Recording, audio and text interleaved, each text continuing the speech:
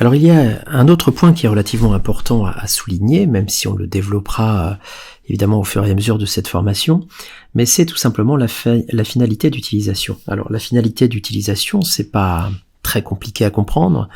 si ce n'est que il est important de l'envisager, cette finalité, au début de votre création graphique. C'est-à-dire qu'en fonction de l'endroit du support sur lequel vous allez diffuser votre création, il va falloir vous poser un certain nombre de questions, et moi je vais simplement vous lister dans un premier temps ces différentes finalités, à commencer par le web, le blog,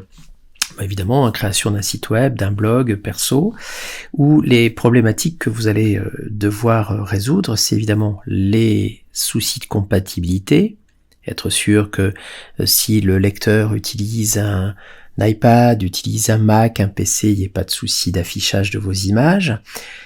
Évidemment, il faudra aussi tenir compte d'un poids mesuré, puisque si vous envoyez des images sur votre blog ou votre site web qui sont beaucoup trop lourdes, on a parlé tout à l'heure de résolution et de définition, eh bien si ce poids n'est pas mesuré, vous prenez le risque d'avoir des temps de chargement hyper importants. Alors une autre finalité évidemment, que l'on voit assez souvent quand on se promène dans les gares, dans les aéroports, c'est tout ce qui est lié à l'affichage digital, les panneaux digitaux, les écrans. Et là, en fait, vous avez à peu près la même problématique technique à gérer que dans le cas d'un site web ou d'un blog,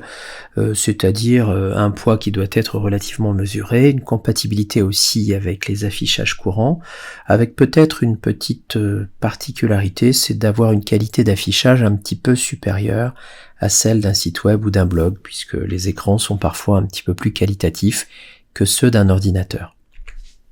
L'impression bureau, tout simplement ce que vous allez décider d'imprimer au bureau pour un catalogue interne, une affiche interne. Donc là, on a besoin d'une qualité correcte, mais pas forcément non plus délirante. Et enfin, vous avez une dernière finalité, je dirais, qui est celle de l'impression chez l'imprimeur, avec cette fois-ci la nécessité d'être dans une qualité maximum. Et évidemment, ça sous-entend que le poids de l'image que vous allez généré pour ce type de finalité sera évidemment très élevé. Donc c'est important de faire le point là-dessus et se dire tout simplement que dans ces différentes finalités, on aura naturellement des contraintes en termes de création graphique à respecter, parce que